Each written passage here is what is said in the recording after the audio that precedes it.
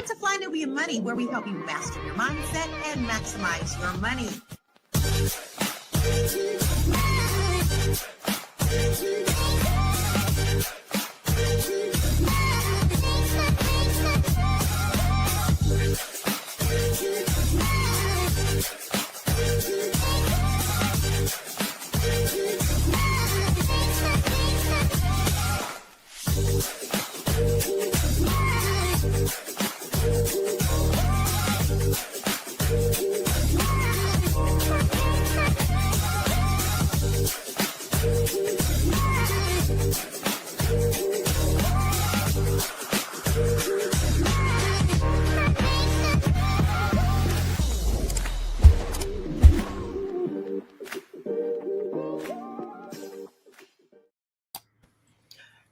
Good morning, good afternoon. It is Fly Nubian Money, where we help you to master your mindset and maximize your money.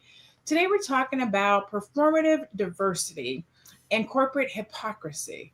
Wells Fargo has agreed to pay $85 million after being accused of conducting fake interviews with Black candidates just to make their diversity numbers look better. I'm going to say that again.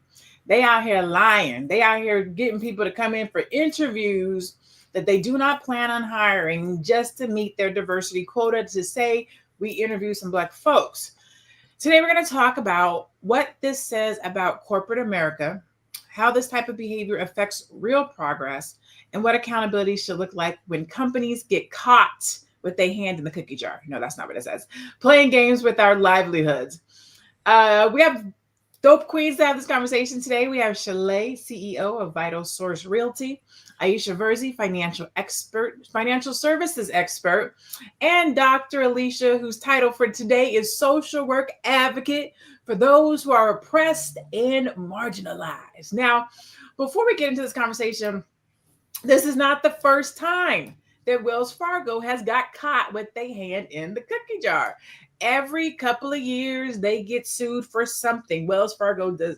I'm gonna be like Kanye West. George Bush doesn't like Black people. Wells Fargo doesn't like Black people. They've been repeatedly sued and fined for discriminatory practices. Multiple lawsuits and settlements. Right now in 2025, it's for sham diversity interviews. In 2020, hiring discrimination. They were sued for $7.8 million for not paying Black people what they were supposed to be paid. In 2017, financial advisors lawsuit. Wells Fargo settled a class action lawsuit for nearly $36 million with a group of Black financial advisors. So they are consistently in the news for how they deal with us. In the chat, I want to know if you bank at Wells Fargo. Who is giving Wells Fargo their money? But before we get to the video, I'm going to go around the room and say, what were your thoughts when you heard this? That Wells Fargo is faking it. They out here having, I was going to give a Dr. Boyce reference, having fake sex with Black people, but that's not they out here pretending like they're going to hire you, but we have no intentions of hiring. What do you think about that, Shalay, when you heard that as our title for the day? I think it's just absolutely insane and ridiculous, but am I surprised? No. We're talking about a corporation. We're talking about a white corporation, an establishment corporation that goes back to the gold rush in California. I'm not surprised, but they should be out of business. Out of business, she says. What about you, Dr. Alicia? You're out here fighting the good fight for the people. What do you think when you heard that? Or what did you think when you heard that? Yeah, I mean, the conspiracy runs deep. And can you imagine how a network of people had to come together and deliberately look at Black candidates and have these fake interviews, all of the snickering and the laughing that was happening before and after they showed up? I mean, the ethics of hiring practices. I know people who work in HR, and anybody who works in HR in the chat or whatever, they're going to be like, oh yeah, they see all sorts of breaches of trust, betrayal of trust. And then we wonder why Black people walk around with this paranoia about these systems. And sometimes it's right. It's a healthy paranoia.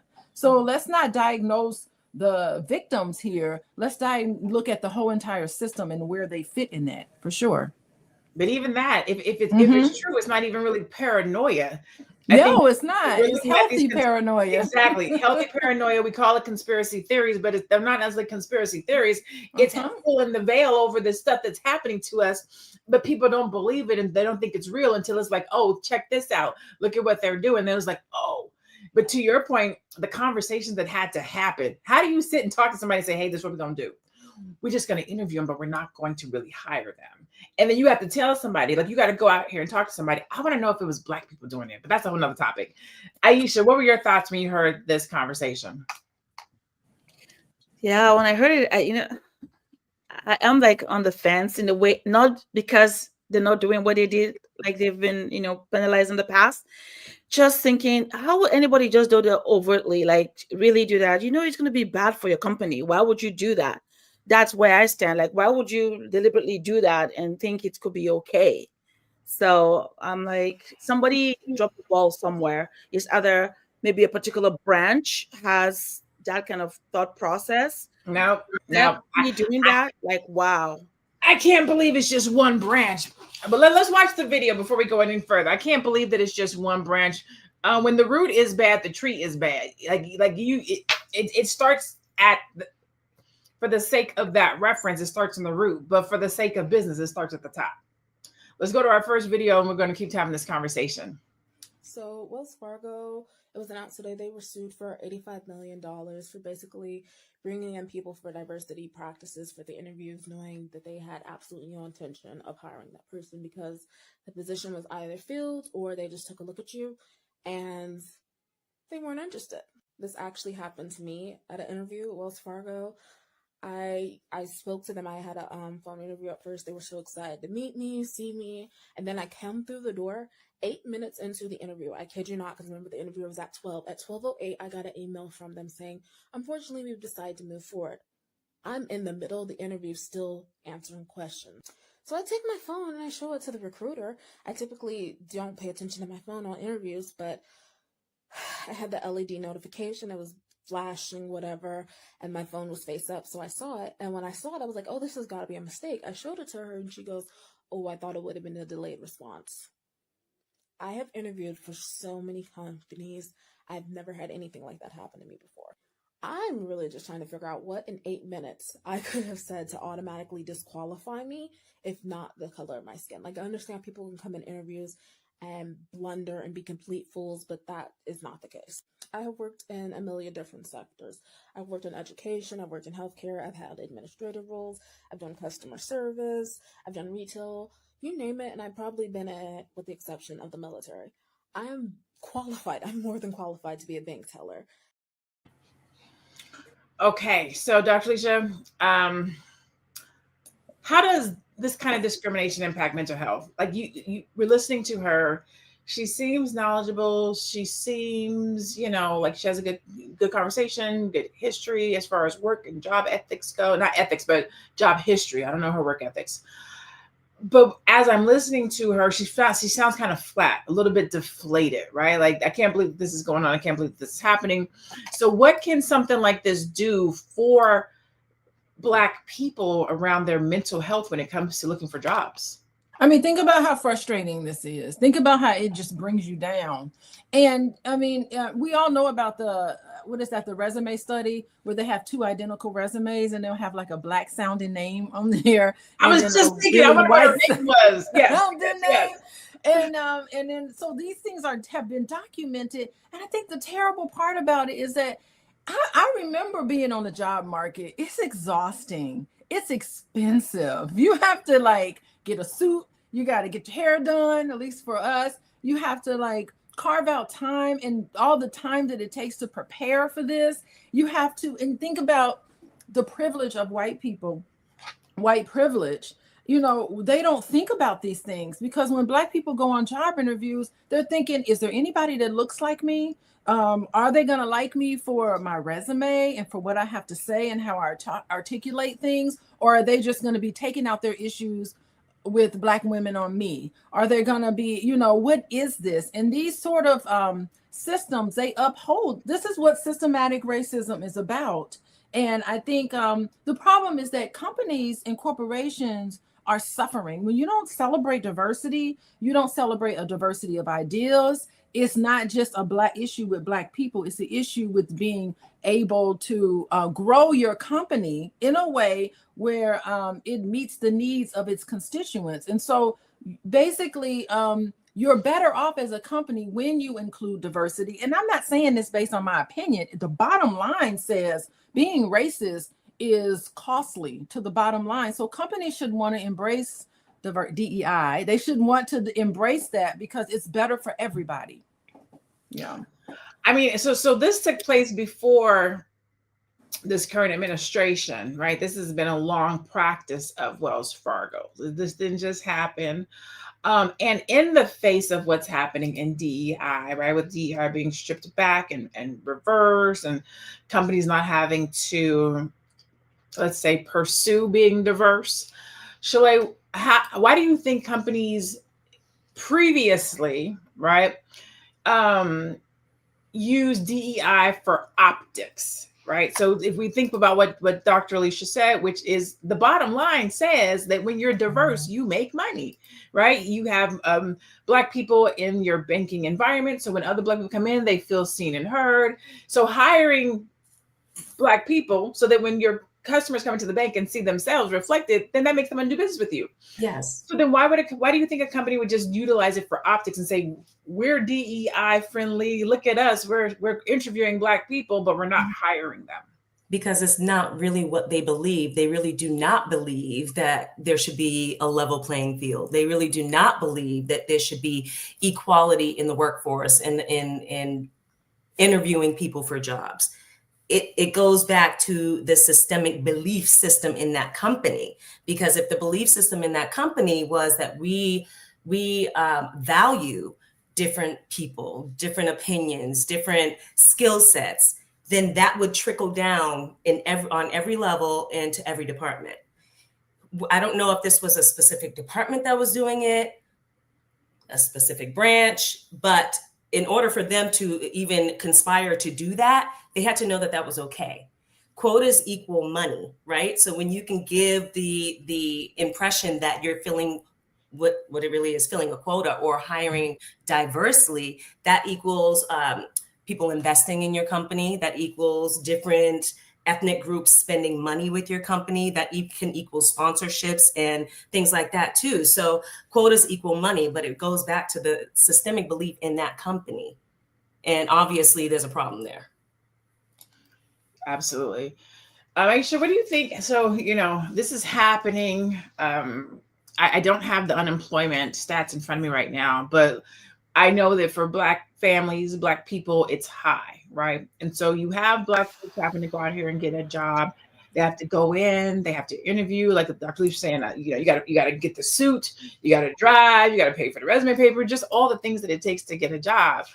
And so how do you think that fake diversity harms the Black community? Because if you're unemployed and you're going into an interview believing that this job is available to you, so you're taking time away from another job that you could have been at because you're going to this one thinking, hey, I have an opportunity for this position, and it's not really there. How does this harm the Black community?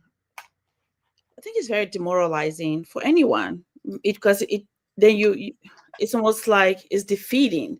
You know that you're going to spend all this time, and behind your mind, you know that it's just not going to happen for you. It's very demoralizing. Then the feeling is like you starts lack hope because you feel, then what am I going to do? Because I know if I go, I'm not going to get it.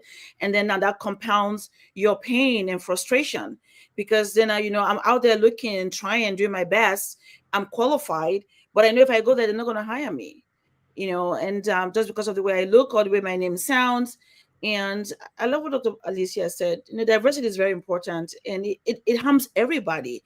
Unfortunately, it harms us more because we need money to pay for our kids' schooling or to pay for our rent and our food.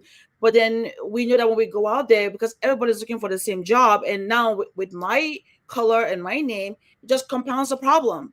So it's almost like you feel, man, where's the hope here? And that's the sad part. I think it's unfortunate, but diversity is so important. And I don't know why people in their narrow-mindedness think that if they cut it to a particular group, that's better for them. It's so idiotic, but it happens. It does happen, but it does harm people a lot. It harms everybody. The family feels sad, and and you feel hurt by the whole situation. It's happened to me where, but something in me maybe not to accept that, right? In the past, where I was working so hard as a manager, doing everything I could. Even the staff knew that I was the best. They just knew. But then something opens up for a better position to go up. Somebody else shows up that doesn't look like me. And then they're all saying, wait a minute. Even the staff will say, what that? And then the person comes in, they have no clue what they're doing. They have no clue what they're doing. And they ask me for help. Right. So we know this was happening. But even though I get in my car and I cry, I'm not gonna lie, I cry saying this is so sad. But I told myself that I'm not gonna allow these people define me. I'll keep working until that happens. Yeah, it took me longer, but guess what? I got a position and I showed them the hell who I was. And till today, nobody could beat my record there. That's the point. That you refuse to allow them to until you get to that space. It took time, but I got there. Somebody saw and put me there. So I just refuse to accept their nonsense. But it does happen. It happened to me. Well, thank you for sharing that. We're going to take a commercial break and we're going to come back and continue having this conversation. Woo! It's a good show right here. But I'm biased. If you are just tuning in, you are watching Fly Nubian Money, where we help you master your mindset and maximize your money. My name is Tiara Williams. I'm also known as Miss Black Hollywood, and I'm the proud producer of this show because it is lit. If you want to receive notifications for when we go live Monday through Friday, 1 to 2 p.m. Eastern Standard Time. All you have to do is text the word Queens to 87948. That's Queens to 87948. That's QUEENS to 87948. Also, if you want to grow your money and not blow your money, all you have to do is go to flynubianmoney.com. There's all kinds of resources, there's courses, there's free giveaways. There's just no reason to be broke in 2025. All you have to do is go to flynubianmoney.com. Obviously, you don't want to be entertained here. You want to know enough to grow. Wait, I need to put that on a shirt.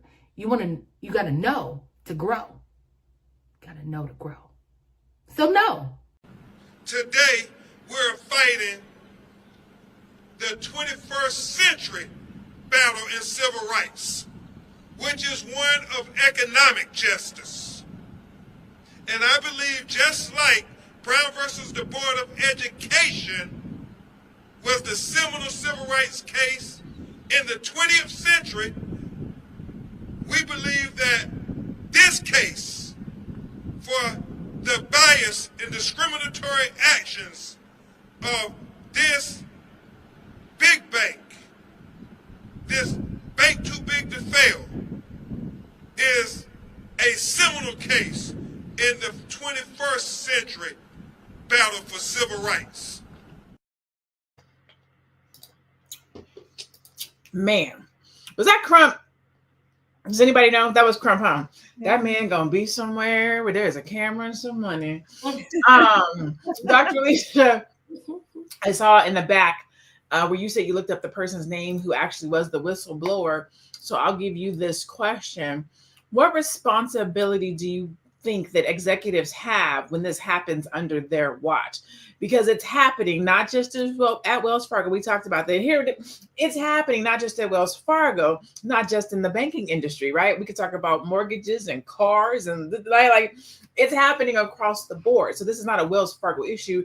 They just keep getting caught over and over and over again. But how do you feel about executives who know that this is happening? It's happening on their watch. Some are participating, not saying nothing. Some are participating and they feel some kind of way about it, and they may or may not say nothing. But what do you think what responsibility lies on the executives in these companies? Yeah, I mean, hats off to the individuals who did speak up. There were a lot of people, and I looked up their faces and names. Joe Bruno, let's give him a round of applause. He was a white boy that spoke up, and then when he started saying things, other people in the who had noticed it and may have been afraid to say something did say things. I know people who work in corporate, coming to my mind, And apparently, and y'all tell me if this is right, because I'm not a corporate girl anymore, but there's an entire website where you can put comments about what it's like to work for this company anonymously. And there are people who type in there, and I'm certain, I don't know the website, but I know this Is that exists. Glassdoor? Is it Glass? I think Is that what it's called? It might be Glassdoor? But there called are Glassdoor. I'll look it up. whistleblowers where people can learn. And I think the beauty of this is that Black people, you think it's you didn't get the job, you internalize it and think I'm not good enough, I'm not smart enough, I'm not articulate enough, I don't have the skills. Well, this should give you need to double check this, right? And then you also we need to do some social action. Let's pull our money out of that bank and put it into another bank. I mean, there's some things that we can do when some of this stuff starts coming out. And I just want to say one more thing as a social worker. There's a social worker who blew the whistle on the Tuskegee syphilis experiment.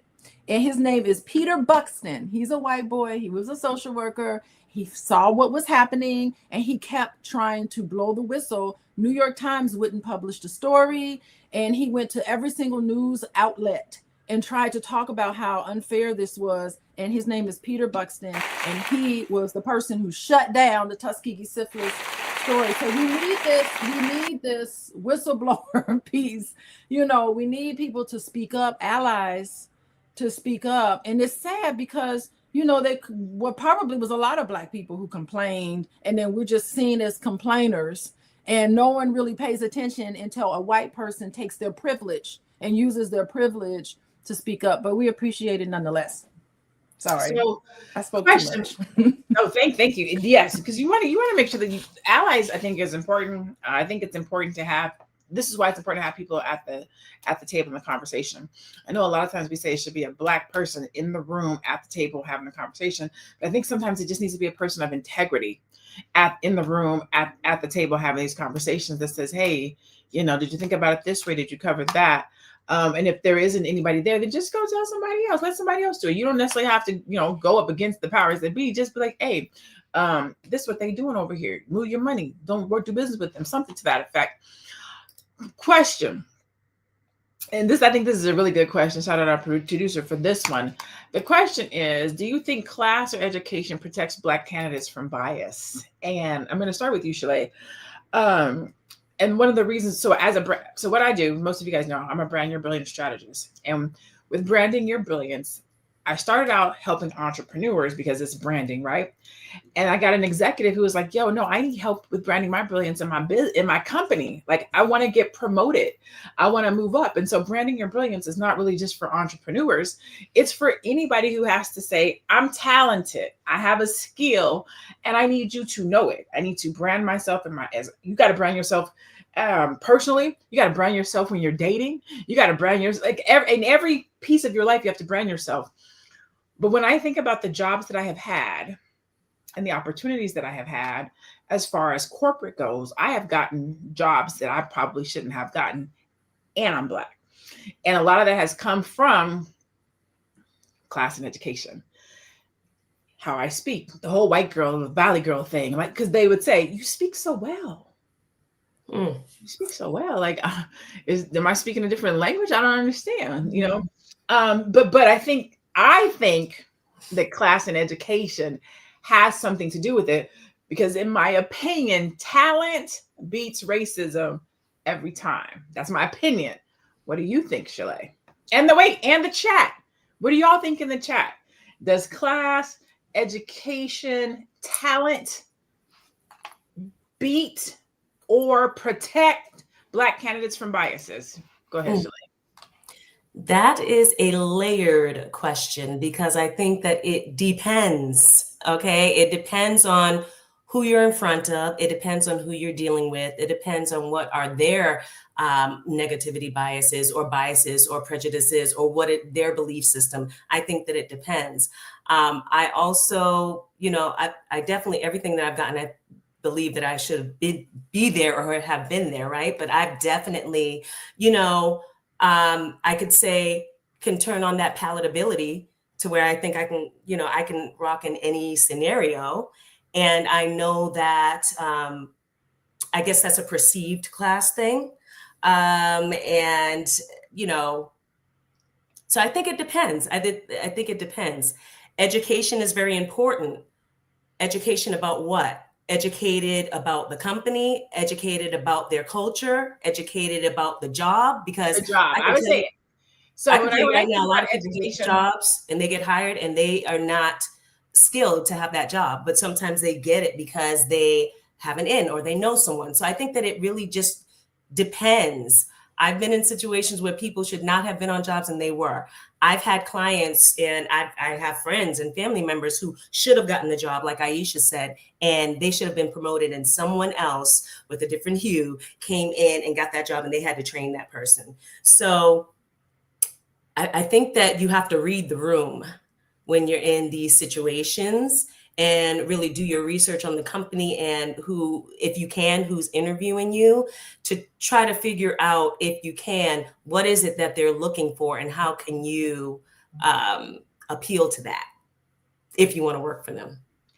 so I like Unfortunately. that Incog said, if that white interviewer sees you're more competent than him or her, it can work against you sometimes. In some ways, you're threatening.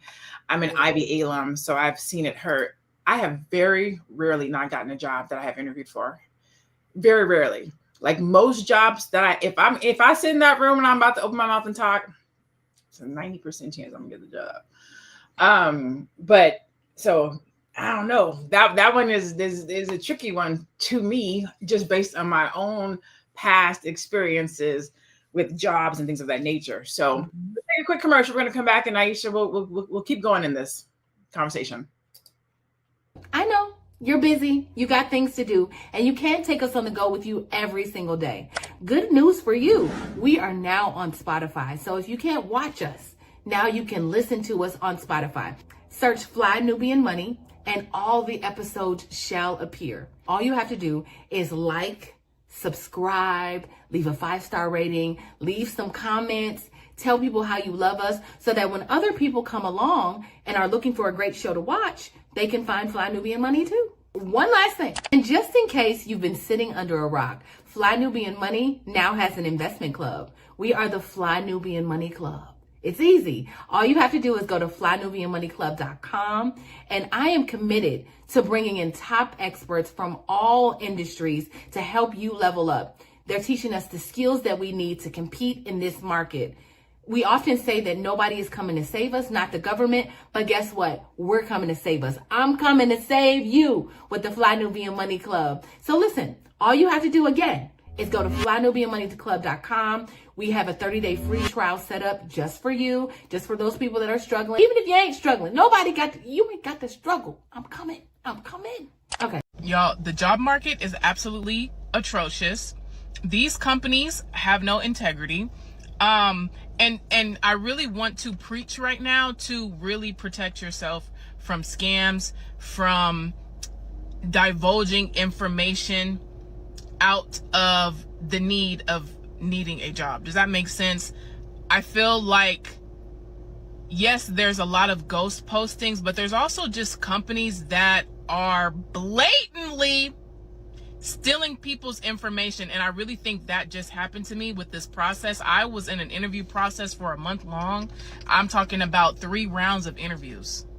3 rounds of interviews. Y'all may or may not remember my videos on this, but I really feel like I got scammed.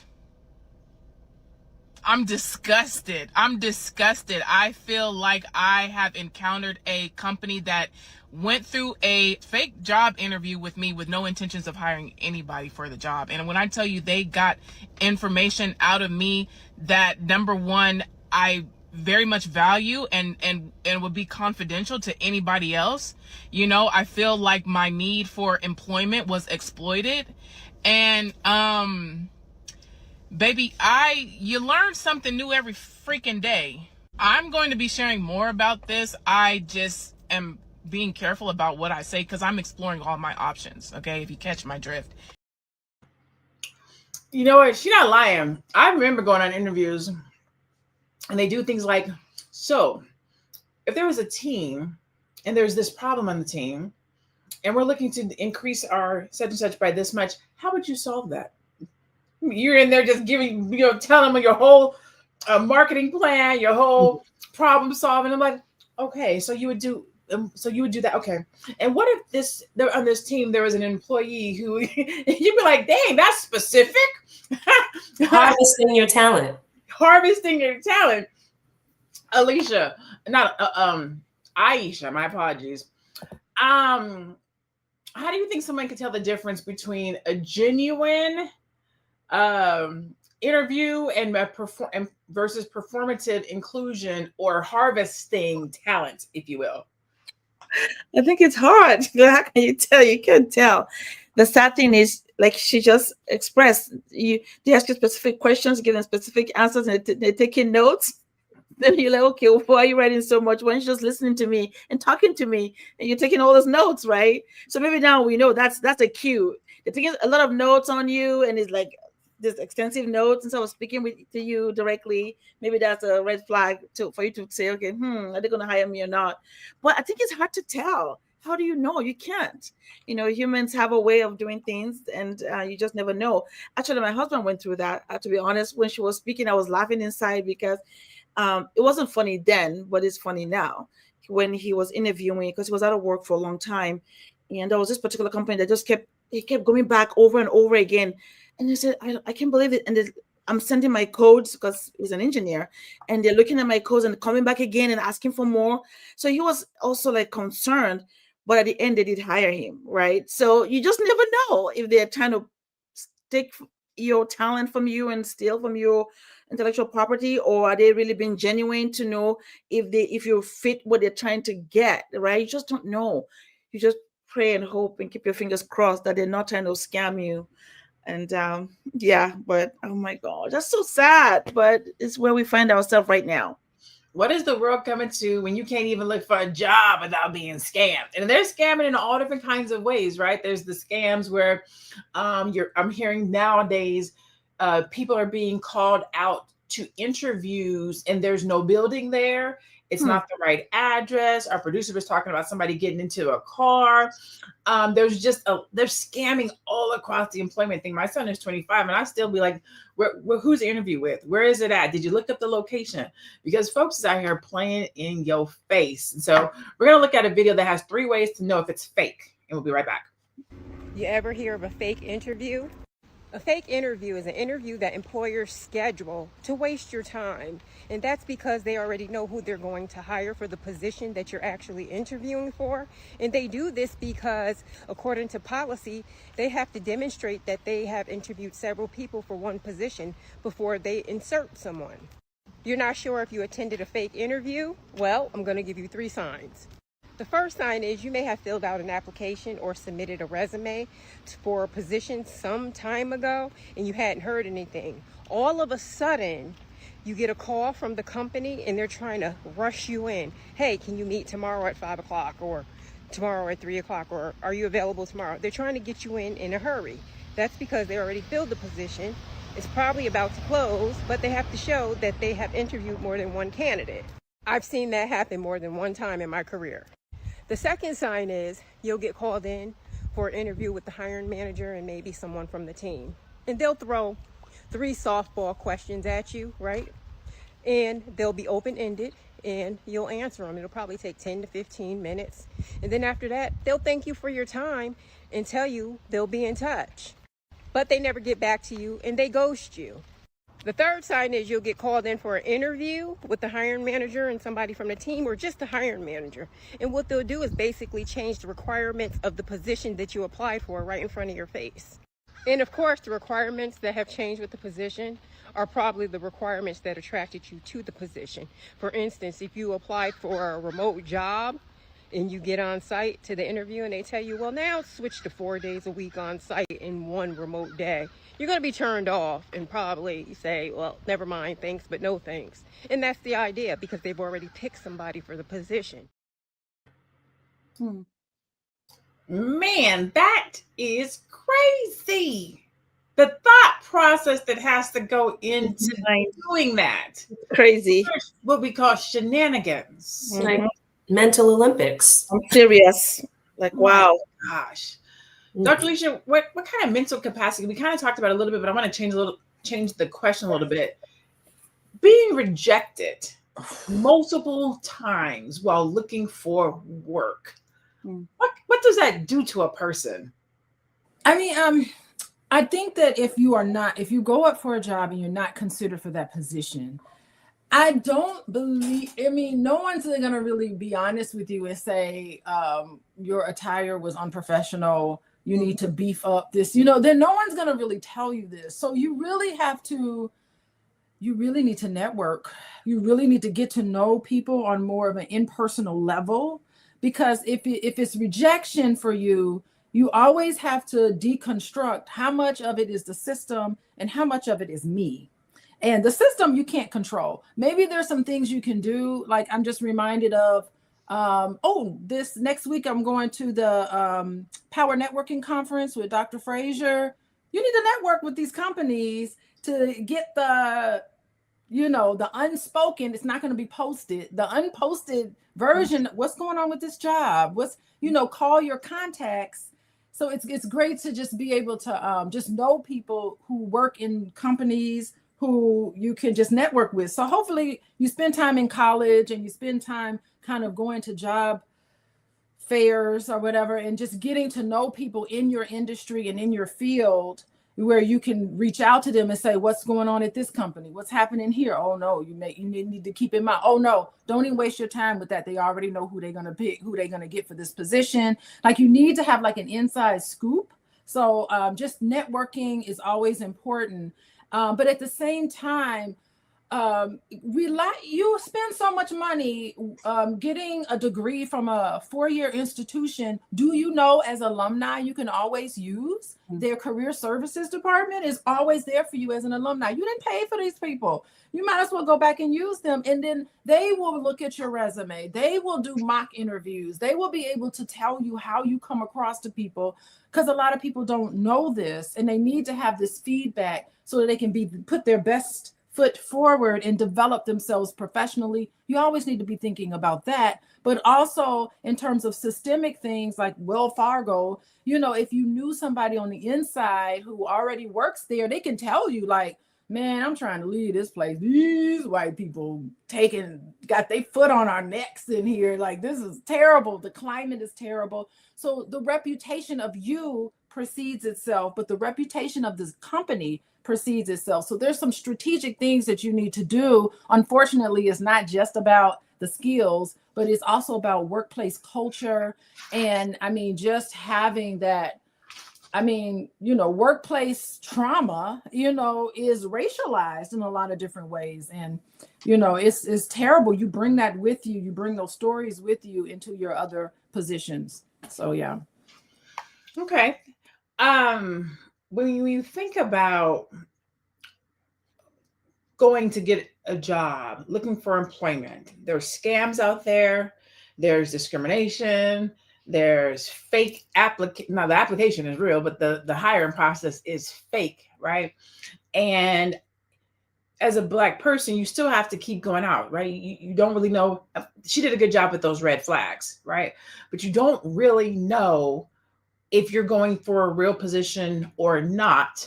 You're showing up, you're looking around, you see a couple other Black folks.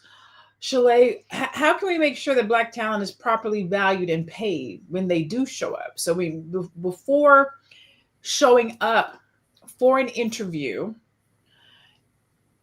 I guess a little bit of what Dr. Alicia said, maybe it might be reaching out to somebody, but you don't necessarily know someone. Mm-hmm.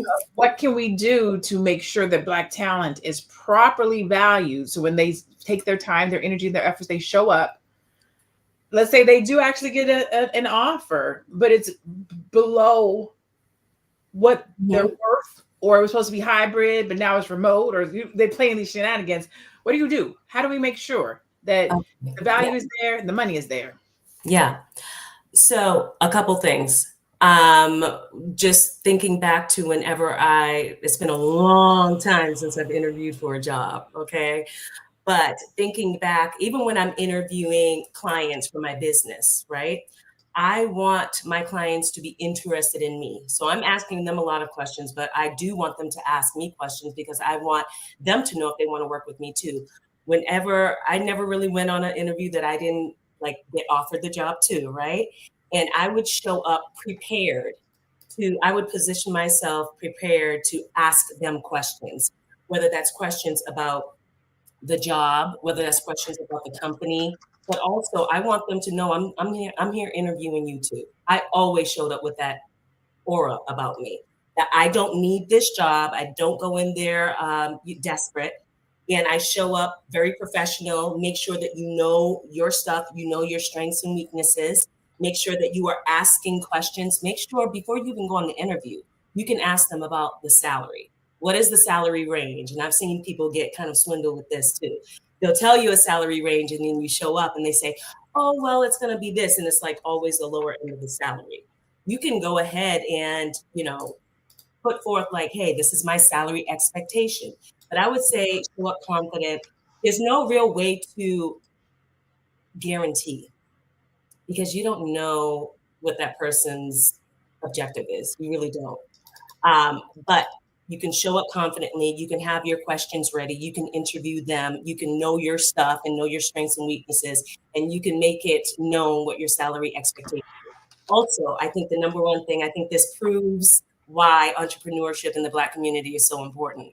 Because even if you have a company or a business that you just started, having something that where you have a backup, so you're not economically just floored and out of the game if you don't get this job is really important.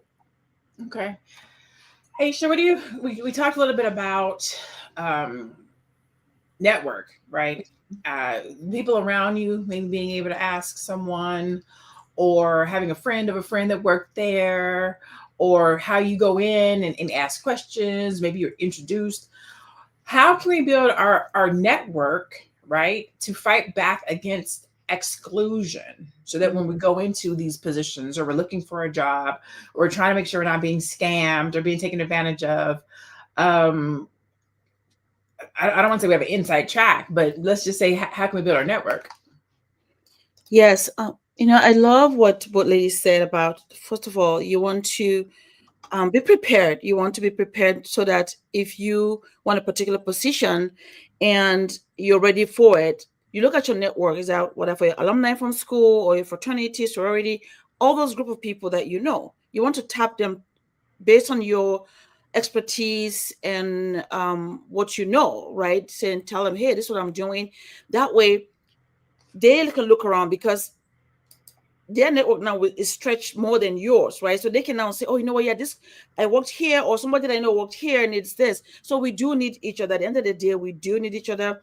But I also think that entrepreneurship, where we work together collectively, because we all have different talents, right? If there's a place we can all plug in and work together, so that way, if one of us needs something, we can literally work together to make that person succeed.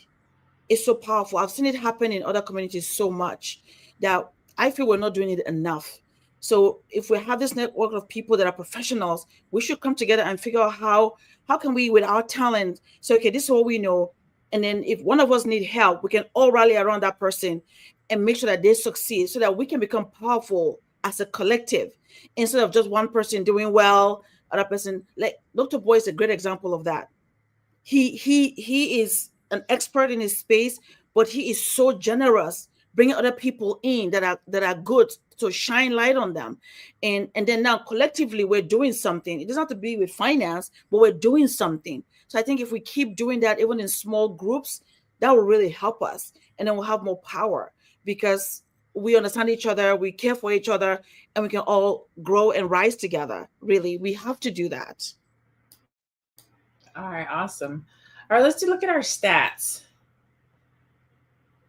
and see what the stats is talking about. Wells Fargo's $85 million payout follows previous allegations of discrimination in hiring and lending. A 2023 Glassdoor survey found that 33% of Black employees believe their company's diversity efforts are performative. The Equal Employment Opportunity Commission reports that race-based workplace discrimination complaints have gone up by 12% in the last 2 years. I would be interested to know what that looks like in the last 6 months. And then how much of that 12% has to do with the last 6 months, right? Man, let's go to commercial. We're going to come back and talk about these stats. Let's go to commercial. And we'll come back and talk about these stats.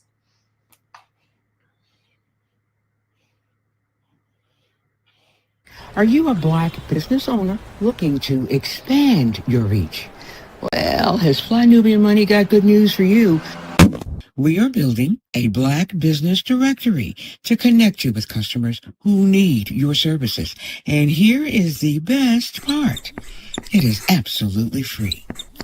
Email us at info@realvirtual.net. Send us your business name.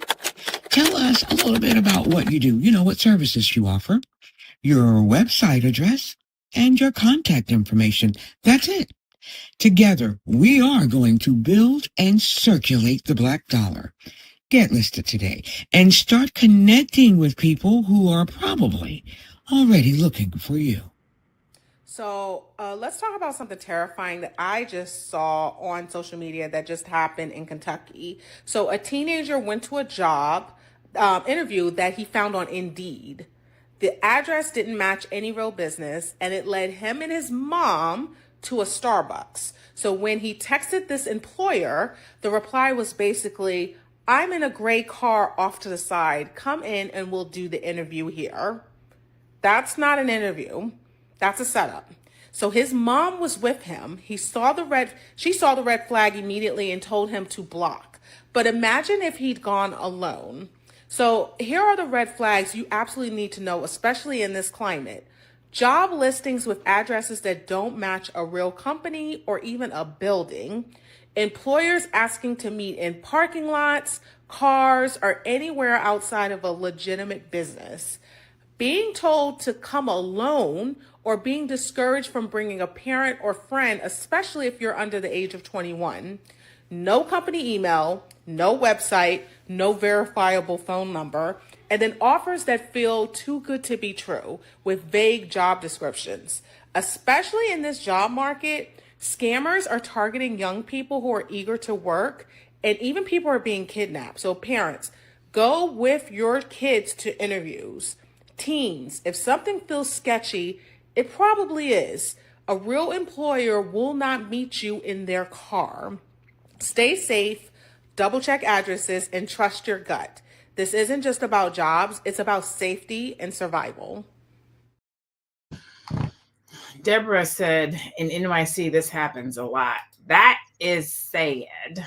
Do you guys think, and anyone can have this one, do you guys think that there should be harsher penalties and or legal parameters for fake employment practices? Absolutely. It's a scam. Yes, This should be against the law. I don't understand why, it shouldn't be a conversation. It should just be like, this doesn't happen.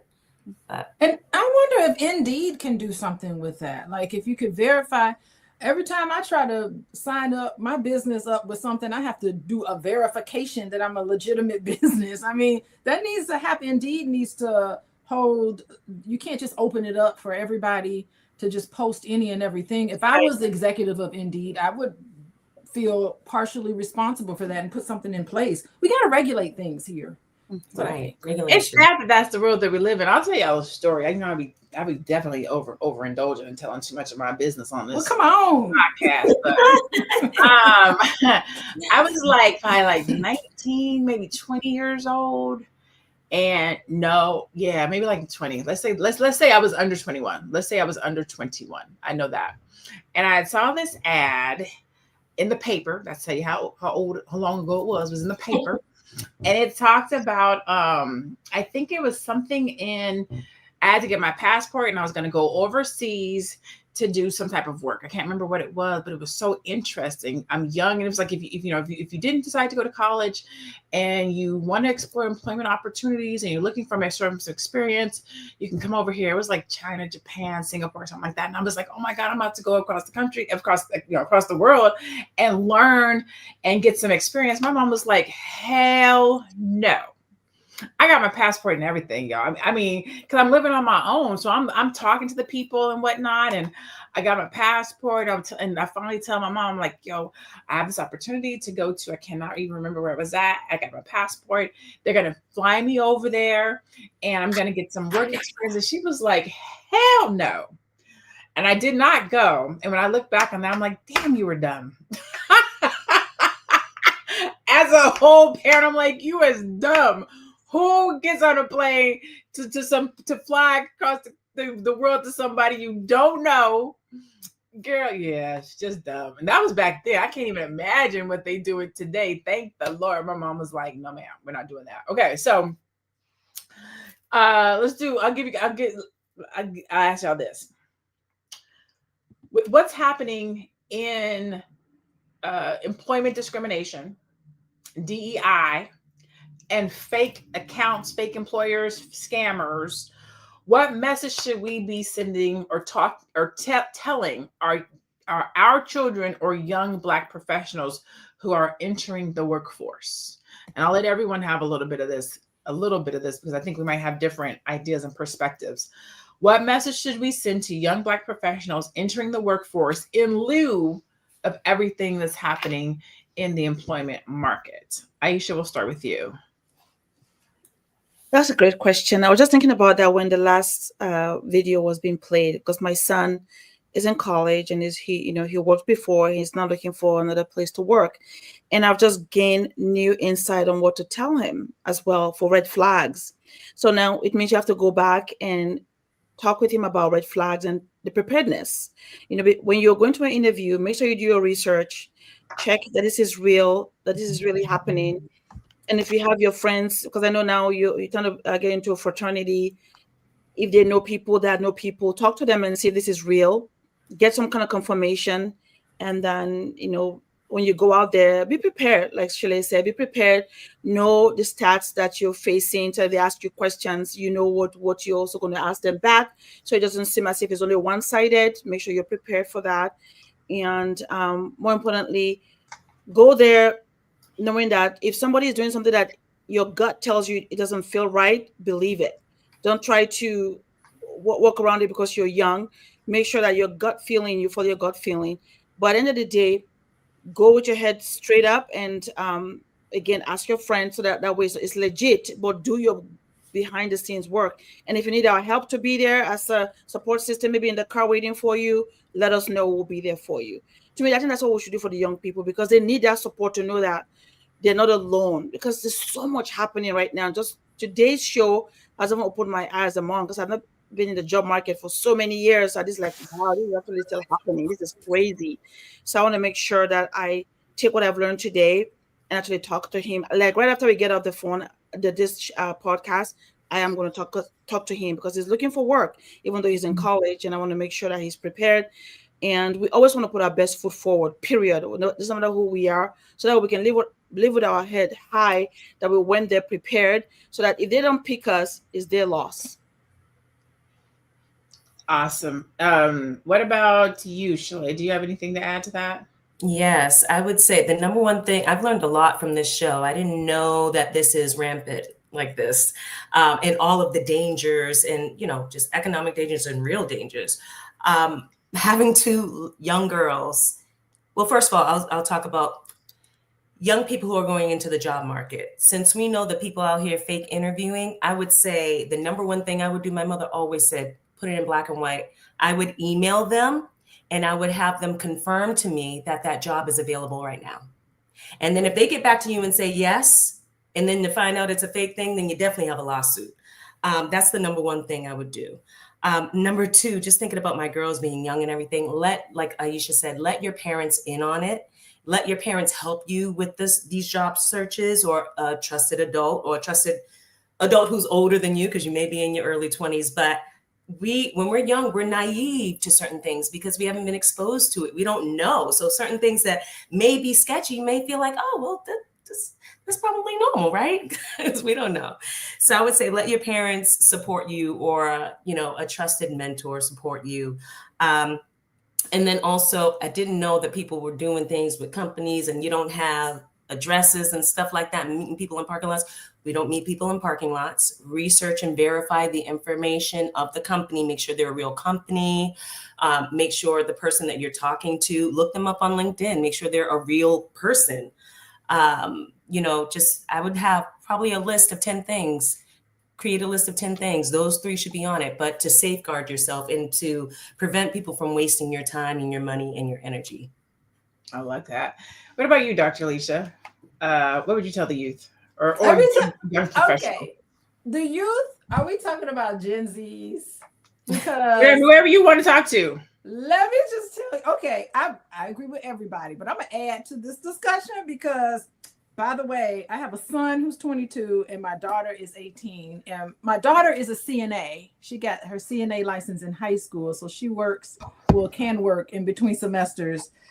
And my son, he works at IT at my institution. And let me tell you, both of them used to work for me and Dr. Boyce. And I have fired both of them. I have fired them several times.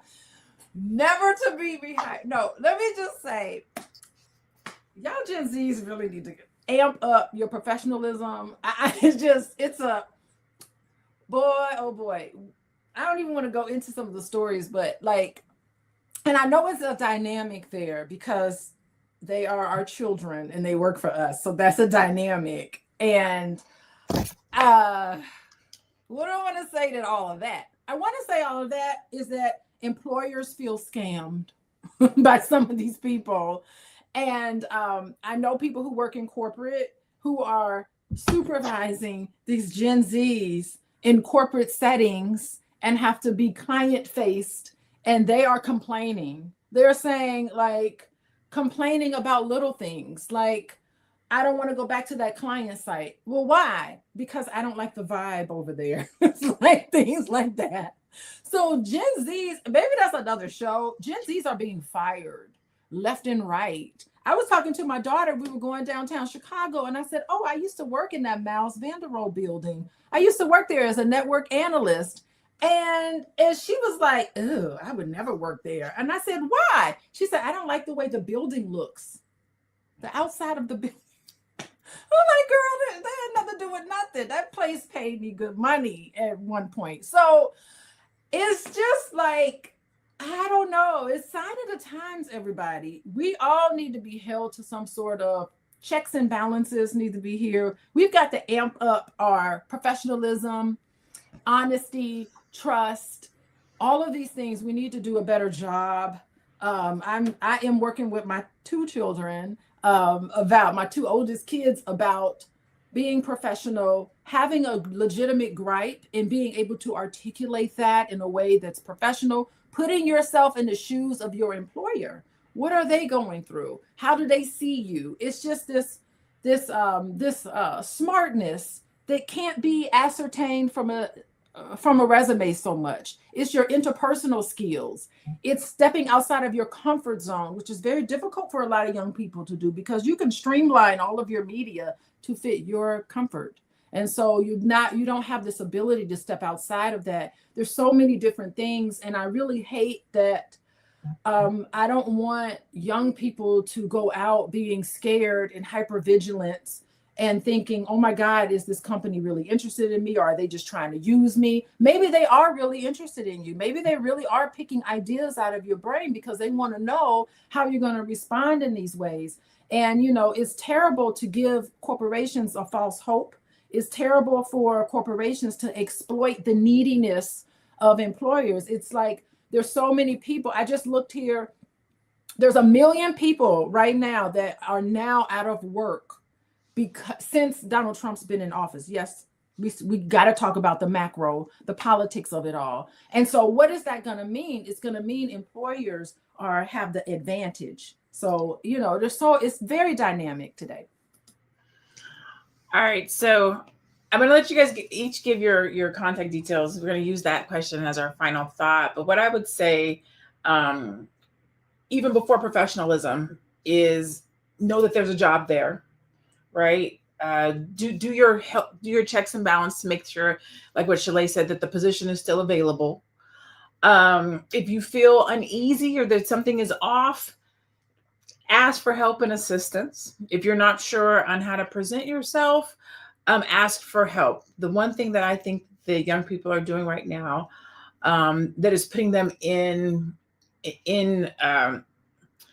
in unsafe environments with everything that's happening and everything that's going on in the world is not having the proper acumen. So not even knowing what red flags to look for, not even knowing what to ask for, not even knowing how to properly answer the questions, right? So if we're looking at the landscape of fake interviews, discrimination of hiring practices, those are the things that I would tell someone to do. Because even if you're professional and even if you have good work ethic, and if the job ain't real, it don't matter, right? So there's this, make sure that you're putting your energy and efforts in the right place so that you're not mentally drained, so that you don't start to give up, so that you don't start to feel like it's you. It's these people out here. What did Kamala Harris says? These motherfuckers is crazy. That's what she said. And she's like, they want us to think that we crazy. Know that who you're showing up for, the position, the job, the role, that it's real. Okay. And so really quickly, everybody give your contact details where somebody can find you. Aisha, we'll start with you. Thank you so much. You can find me at the Black Business School and also www.aishavarzi.com. If you need any help with insurance, hit me up. Thank you. Awesome. Shalay? Yes, guys, if you need any assistance buying or selling real estate anywhere in the United States or Canada, hit me up. I would love to help you. You can visit my website at vitalsourcerealty.com. You can also DM me on Instagram at Shalay Camillo. Awesome sauce. Dr. Alicia? Hey, everybody. Follow me, Instagram, TikTok, at Coaching with Dr. Alicia. And all the best to everybody out there. I love it. I'm Dr. Lene Javette. You can find me at I am Dr. Lene Javette. Oh, right there. There you go. So this was a great conversation. We even the chat, you guys went ham in the chat. You guys talked about how great this conversation was and how timely it was. So we appreciate you and thank you for being here. This story is a reminder that diversity without integrity is just performance. If companies want our trust, they have to do more than post statements and hold fake interviews. They have to hire us, promote us, and pay us fairly. It's time to stop begging for a seat at the table and start building our own tables, our own companies, and our own wealth systems that value our brilliance. I love that word, brilliance. And thank you so much for being here today. This is Fly Nubian Money. We will see you guys tomorrow. Go out, continue to be blessed, stay black, and be one. We'll see you next time. Wells Fargo rather pay $85 million than hire diverse talent. Wells Fargo, you should be ashamed of yourself. They basically was sued because what they was doing was getting people to come in to interview for fake jobs. The positions were already filled, and these candidates were either females or from a culturally diverse background. The reason why they continued on with the interview and brought in people to interview for fake jobs is because they had to do this to meet their diversity goals, to make it look like the company was being inclusive, but they were not. A judge ordered them to pay $85 million to their victims and stated that these hiring practices were not only discriminatory, but also misleading. You think? Could you imagine being called back for an interview at Wells Fargo when after you've been sitting home unemployed all this time, the interview go well and then you never hear from them because they already had somebody working in their job? Disgusting. And it actually makes me think, what other companies are probably doing this?